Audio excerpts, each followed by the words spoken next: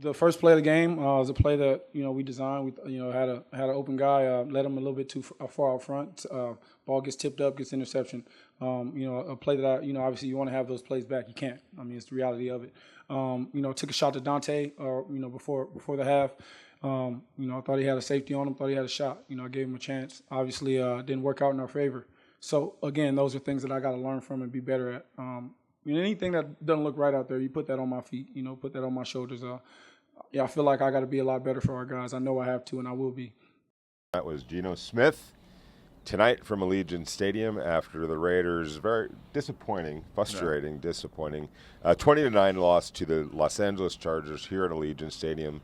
A home opener, a whole bunch of Raider fans here. As Pete Carroll said, it was an opportunity lost for a lot of different reasons. We are going to get into it. Welcome to Vegas Nation First and 10. Your go-to for Raider news and analysis. I'm Vinny Bonsignore. I cover the Raiders for the Las Vegas Review-Journal and Vegas Nation. It's my good friend and colleague Adam Hill. He also covers the Raiders and everything else here in Las Vegas for the Review-Journal and Vegas Nation.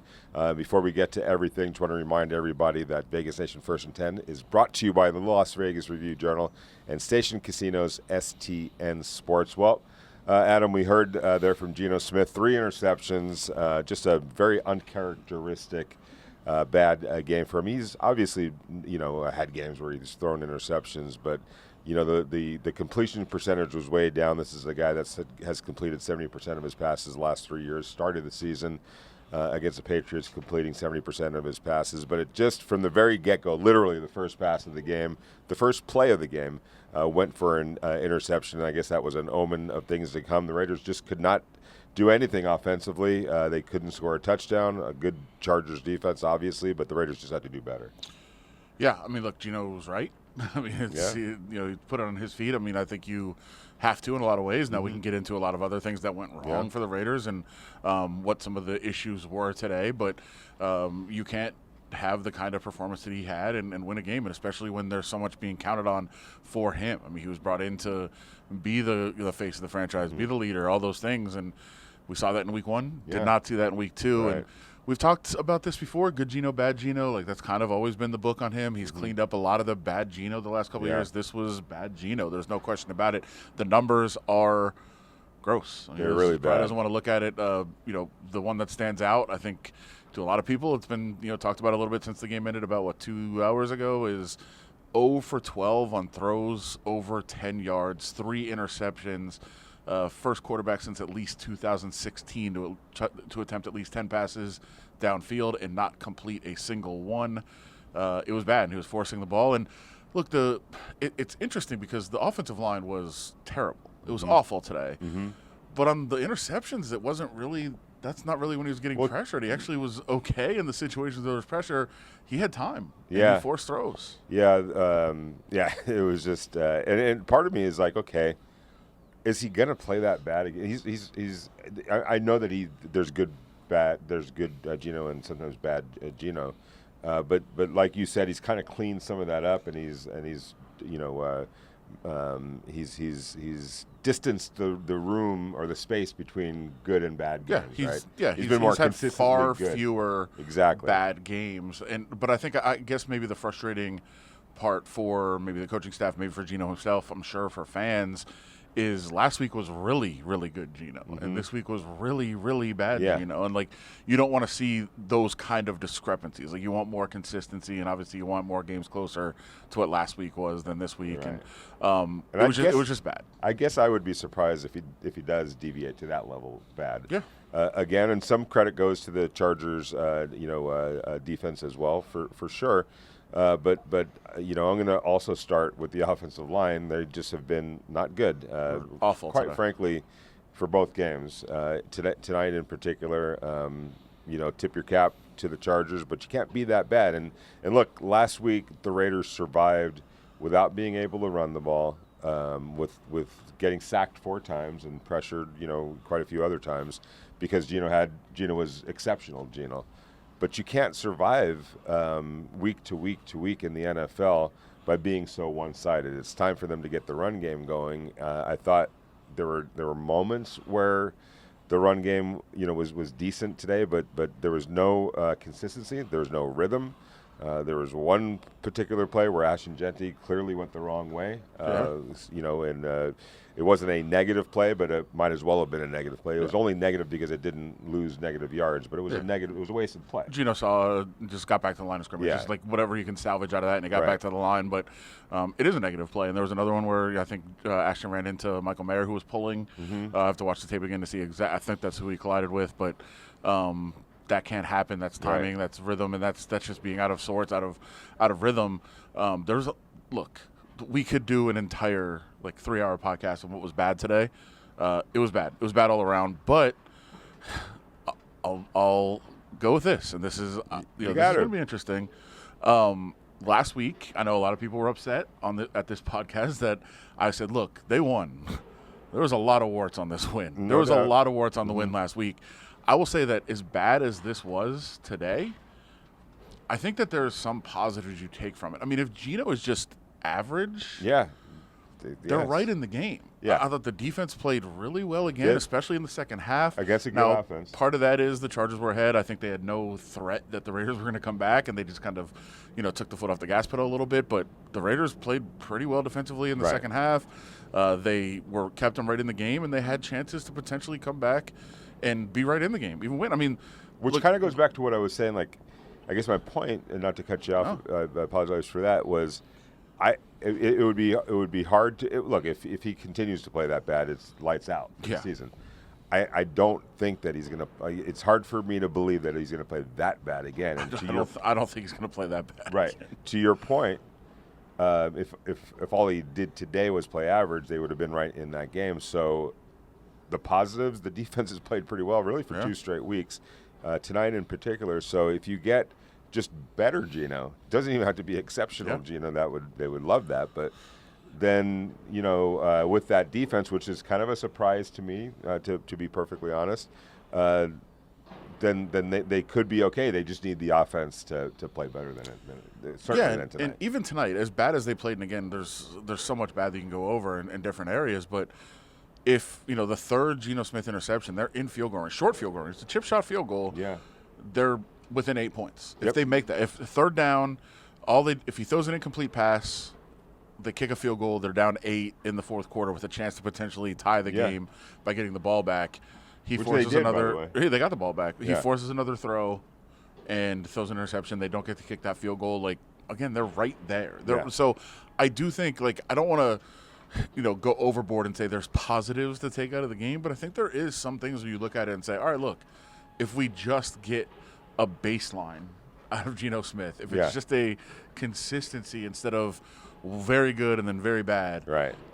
Just somewhere in the middle, and I think that they're not only right in the game but with a chance to win it, and that's a good time because I will tell you, I think this is a really, really good Chargers team. Yes, I don't think that they played their best game necessarily, but I think they're a really, really good team. Big physical, and the Raiders are right there. Yeah, big physical football team, and well coached, without question. So I'm sure everyone expected us to come in here and kind of, or just lament how bad it was, which we agree that it really was bad.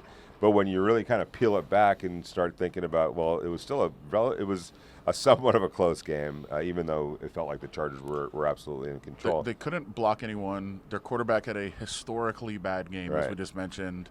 They couldn't run the ball, and they weren't necessarily out of the game in the fourth quarter. Right, exactly. So, and as Pete Carroll said, it's not necessarily about what happened; it's how do they respond to what happened. And he's a problem solver, and that's what he's been. And this coaching staff, I believe, is wired that way. So, they're going to try to come up with the answers. We'll see. It's going to be a short week going up or down to Washington to play the Commanders. But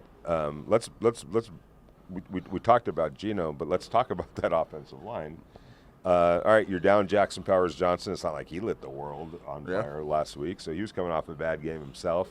Alex Kappa gets the start. He wasn't good, but he was one of kind of a handful of offensive linemen that just – he wasn't alone. Yes, let's put it that way. And let's also – while we're talking about the offensive line, which, again, I don't know that you could pinpoint anybody, again, I know people get frustrated when it's like you have to watch the film. We have to watch it. Players do, the coaches do, until you really get a better sense of what went on. I don't think there's in my mind, just watching the game live, I don't think there's an offensive lineman that stood out and said, "Oh, he was really, really good today." I don't think there was one. Even Colton Miller got away with just a blatant tackle, or a blatant hold that they didn't call. And I think there was a couple of situations where he wasn't great. Probably was the best of the group, but nobody was great. You could say that, hey, missing Jackson Powers-Johnson does change, Sure. who's playing next to each guy, who's playing next to Jordan Meredith, who's playing next to DJ Glaze. So it changes their, their game a little bit, and they did practice together. Alex Keppa got some reps, although he was hurt for a lot of training camp. But to the point about the offensive line, Jordan Meredith, who's been so good, couldn't snap the ball today. I was just gonna say that. Like, I have to go rewatch the game, and I will. But he was all over the place with his snaps, up, down, left, right. Like the one that just dropped behind him.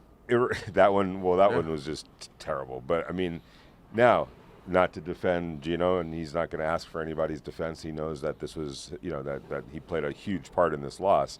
But imagine being a quarterback and just having to, every play you have to focus on where the ball is going to be. Right.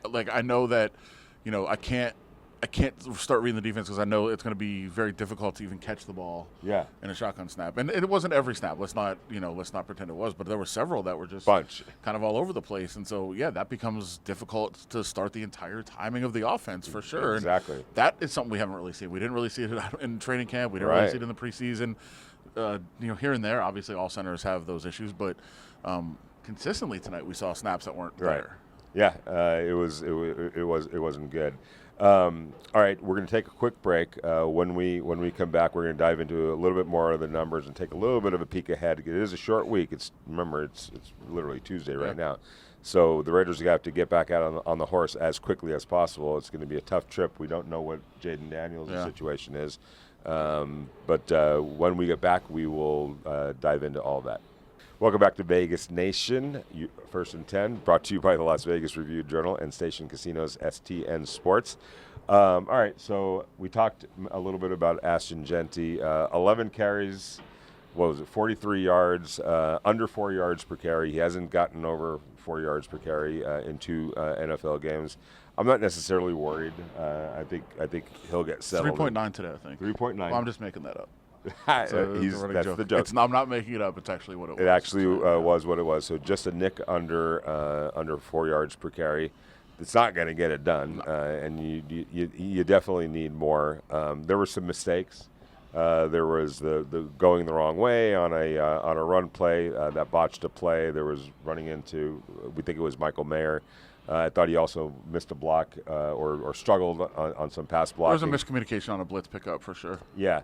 So, some growing pains for Ashton Jeanty. I think that it's to be expected. But the Raiders need Ashton Jeanty to be the 6th pick in the draft, and pretty darn quickly. Yeah, I don't think there's any question about it. And look, we talked ad nauseum. We've had this discussion. I don't think you fix a run game by drafting a running back. That's what they tried to do with, the worst run game in the league last year, trying to draft a running back. I think you have to fix it through scheme and offensive line. We talked about that a lot before. I think there's other things that are concerning right now in terms of the run game when it relates to Ashton Jeanty, and it's more just him being on the field. So I wrote a story last week about his ability to pick up the blitz, which I thought was really, really, really good in week 1. But clearly the team did not feel what I felt from watching the film, because they didn't really want him on the field very much in passing situations. In fact, in the 2-minute offense, the plan all week was apparently to go with Dylan Laube in 2-minute offense. He was out there in the 2-minute offense. They felt, he was better suited to maybe go in the hurry up in the 2-minute. He did pretty well, pick up the blitz, got a couple of catches, had some nice pickups. So he was out there.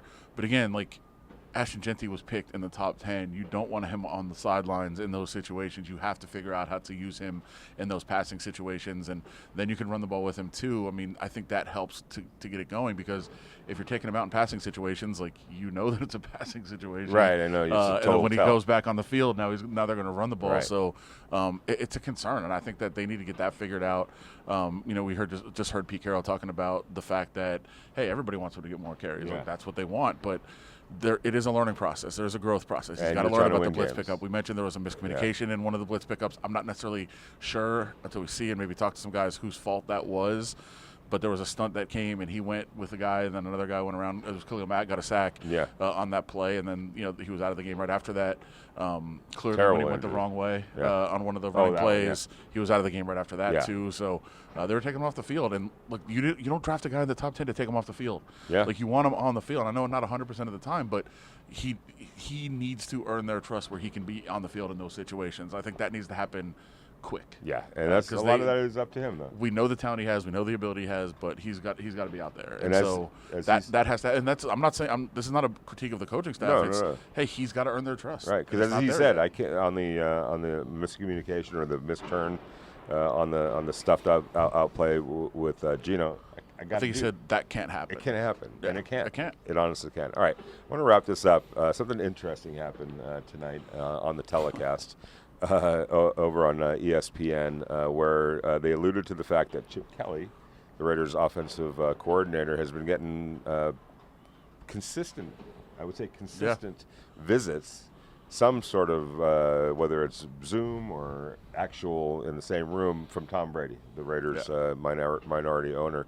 Going over film, going over the game plan, et cetera, et cetera. We saw Tom Brady here. He made that big announcement about the flag football tournament that he's a part of. I actually talked to him about his role as an owner, and he said, this is like the time that I could do the least for this team. The hay is in the barn. Yeah, so the offseason is where he's really... But that's what I thought he was talking about, but who knows? Maybe he's talking about the game plan. Maybe he's talking about during the week, Yeah, exactly. So I'm interpreting that a little bit differently now so after hearing that. For those that don't know, like, the coaching staff has meetings with the broadcast team. So if ESPN was here this week, obviously, Dan Orlovsky and company and Peter Schrager, who's the reporter, are in a meeting with the coaching staff. It was represented by Peter Schrager from ESPN that Chip Kelly had told the production team that he meets with Tom Brady 2 or 3 times a week, going over film, talking about the game plan for the week. Pete Carroll denied that. I asked him specifically. I asked him, what do you think about that level of participation from an owner? Because I can't imagine that. I guess it's Tom Brady, so maybe he has different feelings than I would, but I wouldn't be happy about it, to be honest with you. But that's neither here nor there. I did ask Pete Carroll what his thoughts about that, about that level of participation from an owner, and he said it's not accurate. Yeah, not accurate. Yeah. So we'll, I think in this case you take Pete Carroll's word for it. If I was the coach, would I be happy with Tom Brady participating with my offensive coordinator?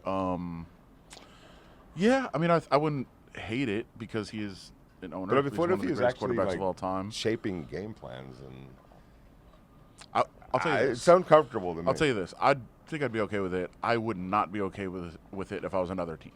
I'll say that right now. Again, Tom Brady coming week, is on the broadcast with the Chicago Bears against the Dallas Cowboys. The next week, the Raiders are playing the Bears.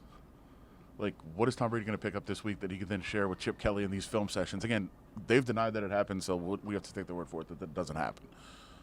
What's he gonna pick up this week that he shares in that meeting? Now, if I'm the Bears, I'm just like, hey, we're not talking to you at all. Yeah. Which is fine. I think that's totally their right, and I think that would be totally fair. And he's allowed. That's the thing. He's allowed to talk. Right. Last year the restrictions were very tight. This year they've been loosened. So it's on Zoom. It's not in person. I'll tell you this: this: in person. We don't know whether he is or not. Again, the official position is he is not.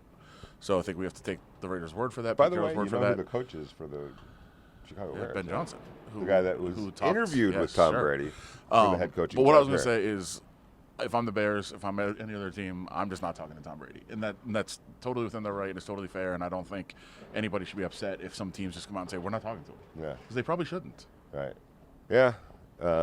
Well, I mean, unless they keep putting performances like this out. They're like, what do you want to know? We'll tell you everything. Tom Brady put this game plan together, then right, exactly. I think if you're because he was up there with the headset on. Who the heck was he talking to? Was he calling plays? Was he talking into Geno's headset? He's the owner. He could probably do whatever he wants, and that would not sit well with me, to be perfectly honest with you, if I was the head coach. But to each their own. All right. Well, if you were helping with the game plan, if I was the coach, I wouldn't like it. Me? Yeah, but if it's Tom Brady, I'd be, that's fine. I'm saying if it's Tom Brady, he kind of knows some things. I don't know that. Do you really think Chip Kelly's happy about that? No. But here's the thing. Right. according to the report, It Chip was- Kelly is the one that told them. I know.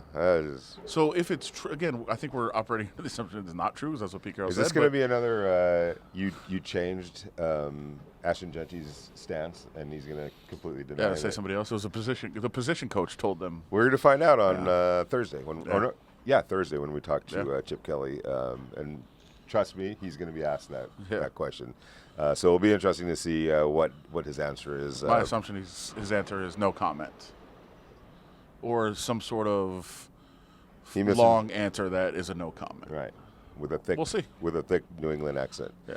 All right, so that's going to wrap it up here from Allegiant Stadium. A disappointing 20-9 loss by the. But you know what the other part of it is? They had a home crowd for the first time in a long time, and they just completely wasted that opportunity. Oh, it was a carryover from the fight on Saturday. It was a great energy in the crowd on Saturday, great energy tonight. A lot of Raiders fans. It was loud. They were impacting, I thought, the snap count and things like that for the Chargers. Like this was a real home crowd atmosphere, and the Raiders didn't do their job to make those fans maybe want to create that atmosphere again, or hold on to their tickets for the next one. Yeah.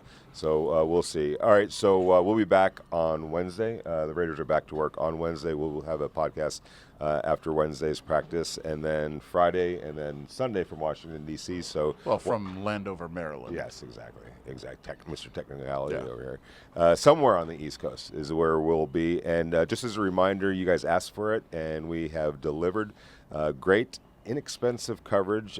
Vegas Nation, a digital subscription to Vegas Nation for 25 cents for the next 3 months, Adam. That's 25 cents for the next 3 months, not per month, all 3 months for 25 cents. Just go to mylvrj.com/nation, mylvrj.com/nation, and get the next 3 months of a digital subscription to Vegas Nation for 25 cents. That's our thank you to you for all your support, and we do thank you for all your support. We also thank the Las Vegas Review-Journal, Station Casinos, STN Sports, Heidi Fang for all the great work that she does, and to all of you, enjoy the rest of your Monday. It's not even Monday, it's Tuesday. Enjoy Tuesday. We'll check back with you on Wednesday.